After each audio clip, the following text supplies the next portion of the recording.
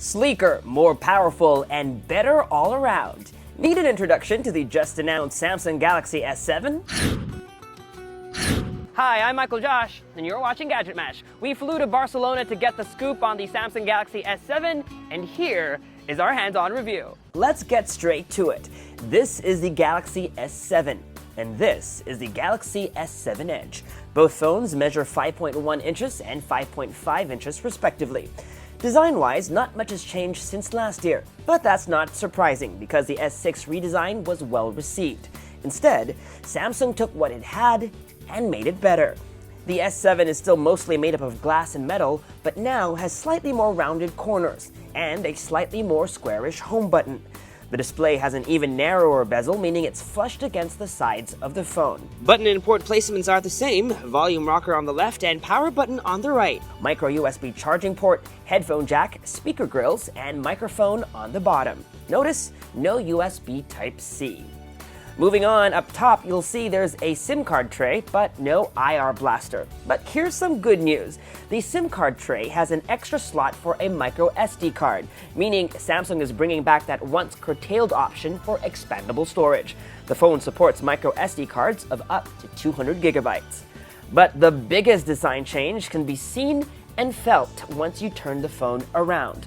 The back of the S7 is now curved. Samsung is calling it 3D glass, resulting in a phone that's easier to grip and one that feels thinner than it actually is. The unsightly camera bump on the S6 has been shaved down significantly. One final design change is another returning feature, skipped on the S6. The S7 has an IP68 rating, meaning it's waterproof and dustproof. You can shower with your phone or swim up to depths of 1 meter for 30 minutes. While the S7 still has a non-removable battery, Samsung's made sure that this time around, the phone has a bigger battery, up to 3,000 mAh on the S7 and 3,600 mAh on the S7 Edge. Samsung is also improving the S6's already impressive camera. The company is touting a new feature called dual photo diode, something seen on high-end DSLRs like the Canon 70D. The promise is even better low-light performance and even faster autofocus. We spent some time with the camera and were pretty impressed by focus speeds. Also worth mentioning, my favorite feature on the S6, double pressing on the home button to start up the camera still works, and camera launch time is as fast as ever. Samsung is making a bold move this year, cutting down on megapixels from 16 on the S6 to only 12 on the S7, but this is actually a good thing because each individual pixel is larger and shots, theoretically, should be better. The selfie camera also gets a fill-in flash, although we're not sure if, like on the iPhone 6s, it adjusts based on ambient light conditions. In our tests, we only got a warm white flash.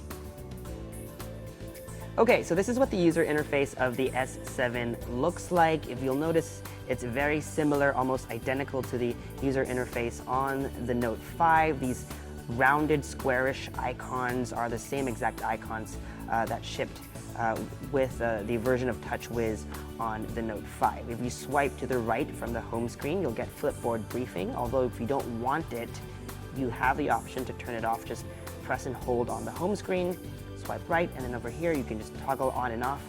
We set it to off, and now it's turned on. You can basically it's turned off, and then if you want to turn it back on, just go ahead and do that as well, and then we've turned it back on. While we're here on the settings, let me also show you some of the wallpapers that shipped. This is the default wallpaper. It's blue, dark blue, and then they have other variations over here.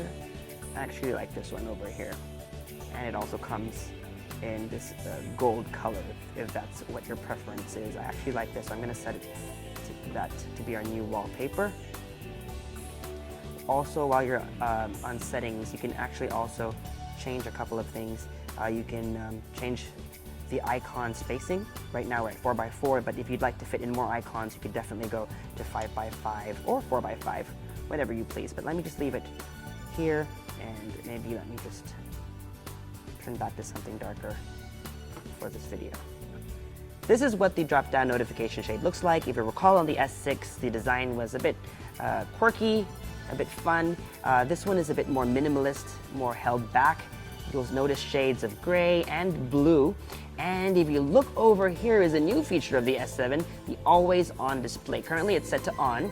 We can turn it off with a tap, but let's turn it back on and then just switch off the display, and you'll notice in a bit this will pop out, and this is always on the display.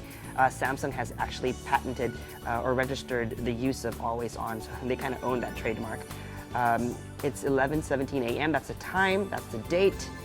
You have the battery levels over here, and if you had missed calls or incoming messages, the count would appear underneath the time over here. And like I said, it's always on the display, but it consumes very little power. Samsung says less than 1% of battery per hour. Let's go ahead and dive into the app drawer. Again, very similar, and we're actually pleased to see that there is hardly any bloatware. There are a couple of Samsung apps like S Health and S Voice, and there are built-in Google apps as well as a suite of Microsoft apps, including Word, Excel, and PowerPoint. And last, let's take a look at the settings menu. Again, very similar to the settings menu on the Note 5. You can search, for example, I was looking for storage earlier. And as you can see, this is a 32 gigabyte phone, and out of the box it has it's used about 7.82 gigs, so there's about 24.18 gigabytes available. Last thing I want to show you is the version of Android. If you go into software info, you'll find that it runs Android 6.0.1 out of the box, and that is Marshmallow. And you press and hold. Let me see. There you go. You have an Android version of Flappy Bird. Gamers will actually love this new feature. It's an app called Game Launcher, and it's basically a way to put all your games, to organize all your games in one place.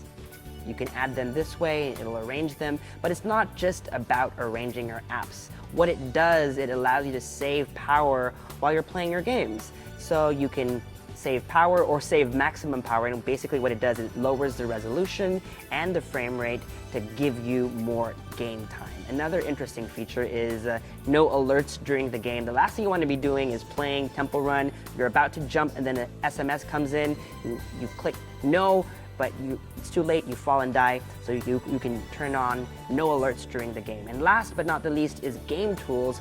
I can't show you that now because I don't have any games installed, but basically what it allows you to do is take screen grabs or even recordings of gameplay itself. If you're a YouTuber, this is a perfect tool for that. On the Galaxy S7 Edge, you'll notice that the Edge screen has been updated. Now there are 2 columns.